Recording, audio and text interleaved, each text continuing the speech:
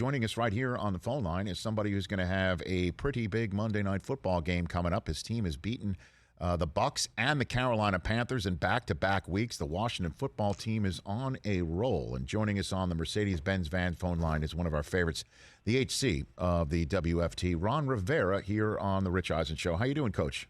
I'm doing great, Rich. How are you? I'm doing fine. There's so many different ways to start with you. First things first is, how's your health? How's everything going? It's good. It's been going very well. You know, I don't know if you know, but I celebrated my 1 year of ringing the bell, and I also had my 1 year biopsy that was a negative, so that's all good news so far. That is amazing. That is so great. That is terrific, and glad to hear that. What a great Thanksgiving week for you then, huh? For you and your family? It really is, and I just want to share this with you very quickly. You know, my players took a collection in honor of that for me, and they wanted to donate $26,059 to the Red Frog Proton Therapy Center at St. Jude's on behalf of the Run Rich Run program. That is so amazing. Oh, my gosh. And, wow. Thank you very much. And so the team got together. So explain what the Red Frog Events Proton Therapy Center is at St. Jude. Well, what it is proton therapy is a very specific and precise treatment that is real important to children because, you know, when you get photon therapy for radiation treatment, it's a very broad beam and it causes some collateral damage. Whereas if you get proton therapy, it's a very direct beam that limits the amount of collateral damage, which is very important for children's health. And so it's something that's at St. Jude's and it benefits the children greatly when they have to go through radiation treatment. So generous, man. And it must feel so great to have a team that's like, you know what, let's celebrate our coach's 1 year being cancer-free. Let's raise some money for kids. That is beautiful. Yeah. That's beautiful. It was really cool, Rich. That is beautiful. And so what's with the 59? Is it somebody what's with the 59? That just happened to be happenstance from what I understand. But if not, I really do appreciate the gesture that they made. I love it. I love it. Well done.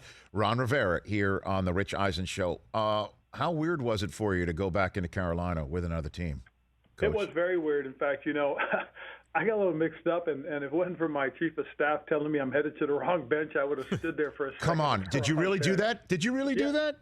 I did. When I first came out for warm-ups, you know, I always, you know, kind of listed lazily to the right, and that's where I was headed. And, you know, thank goodness she came with the coach. You're headed to the wrong bench. Could it have been that you also saw Cam in a Panthers uniform that also confused you? Could it be that too? That did confuse me a little bit, to be honest. You know, I saw the big guy coming out. So, and I had a little flashback to the good old days. No, and again, I know that this is another team, but you did have to sense, and you knew it had to be coming.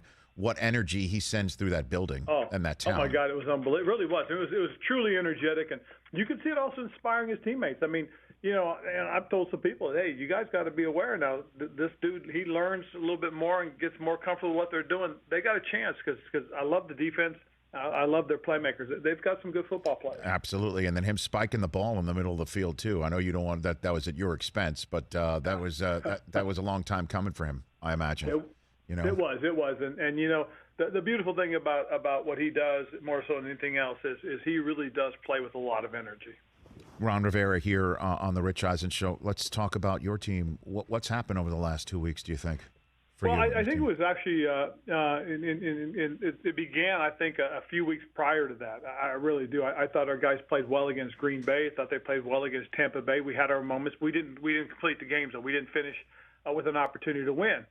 But going into the bye, I really liked our attitude, the way we went into it. As coaches, we got an opportunity to really study and do a lot of self-scouting. And we came back and we basically told the guys, hey, these are what we're seeing. These are things that we got to work on. These are things that we got to get better at. Let's go ahead and do that. And we had a really good week of preparation going into Tampa Bay. And we felt really confident. They played with confidence. They played fast. And we were I think, had a good week last week where we were building off of that success. So has a light gone on a little bit more with him? I know you were constantly pounding him about protecting the football and not making that 90-point play that he thought he could try and make, right? So is that part of this equation too? I think it is because, you know, one thing that we talked about going into the year was that, you know, we needed a quarterback that could manage the offense, control the pace and tempo, but had the ability to make plays when we needed him. And that's what we're getting from Taylor. I mean, he's been very smart, very judicious with handling the ball. I mean, you know, like I said, few weeks back, we were great between the 20s, but we struggled in the red zone. We go into the bye, we get a few players back. You know, we got a couple of our wide receivers back that had gotten hurt and that we had missed for a few weeks. Mm-hmm. We got a couple of our offensive linemen back. And you could see with the way they were playing that there was some confidence. And Taylor's playing with confidence right now because, again, let's don't forget, he's only had 11 starts in the NFL. Right. So what's the goal here? Is the division still in sight, you think, here? Oh, absolutely. I mean, I'm going to look at it that way because if we put ourselves in position and we're fortunate enough to get through this part of November and get to the second week of December in the right situation, set of circumstances, the division, why not? We play 5 straight divisional games, and there's and I'm one of those who believe in that saying that if you're going to win the division, you've got to control the division. Mm-hmm. So we'll see what happens, but we're going to take them one at a time. We got a big Monday night showdown coming up with Seattle, and we're pretty excited about the opportunity to just get back out in the football field and play again. You know they're going to be desperate too. I mean, Pete Carroll. Yeah. I don't know if you saw Pete left his press conference at one point because. Yeah. You know, and he said that he thought that the time was up, and he went back and he finished the press conference. But you could see he's 4 games under 500 for only the second time in the middle of a season for the first time in his career. Yeah. You know, so you know this is it for them in many ways. But you know, I mean, he's a veteran coach, and he knows how to handle it. And he'll bounce back, and he'll get his guys focused. And you know, that's what we got to be ready for. We got to be ready for a football team that's got an opportunity just like we do, you know, if they handle their business. So that's why I really believe this is going to be a good game. Yeah, and the challenge with Russ is what, Coach? Oh, absolutely. The dude's one of the elite quarterbacks in this league. What's the challenge? Like, what do you got to do here? Like, first of all, you got to contain him, keep him inside the pocket, and then get him off his mark. But you can't let him get outside of that. I mean, if he gets off his mark, it's got to be going backwards. He can't be going sideways and stepping up. Because, you know, he's got great vision. He knows where his guys are. His guys know when certain situations happen where they need to be, and he'll find them. So we've got to be able to contain it. They got a good running game. We've got to be able to keep that running game in check as well. So this game will challenge us for sure. A few more minutes left here with Ron Rivera, the head coach of the Washington football team. You're joining me just about 20 minutes after news breaking out of New York City that the Giants have let Jason Garrett go as the offensive coordinator. Again, I know that's not your team. I know it's a team in division. I'm sure you know Jason Garrett very well. Yes. What does an HC of one team think when the other team bounces an OC?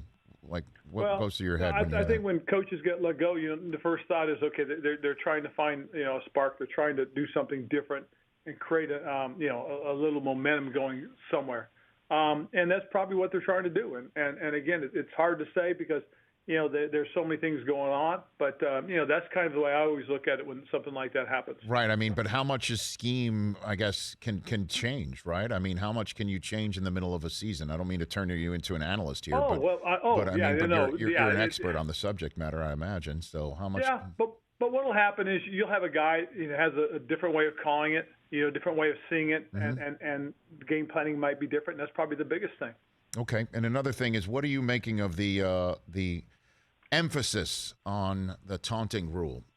You being a head coach in this league, I think we kind of hit it on it earlier this year, and I totally understand about wanting to get the screaming at one player, standing over another player out of the game. But Sean Payton, who is on the competition committee, says it's now being over officiated. Where do you stand on it right now, Coach? And I don't disagree with Sean because, you know, again, the point of emphasis being is that we don't want it to be one of those things where there's some backlash.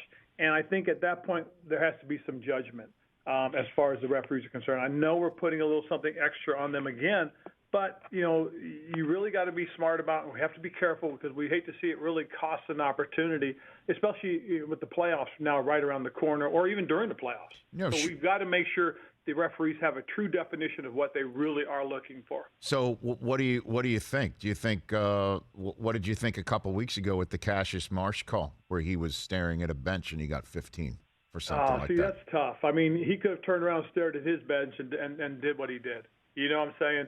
I mean, and that's the whole point because, you know, we had a situation, you know, in Denver where a guy raised the ball after, you know, pretty much an interception in the fourth quarter that was really close to sealing the deal. You know, it was right in front of our bench, and you got to be careful. Somebody might retaliate. That to me is what you're trying to prevent.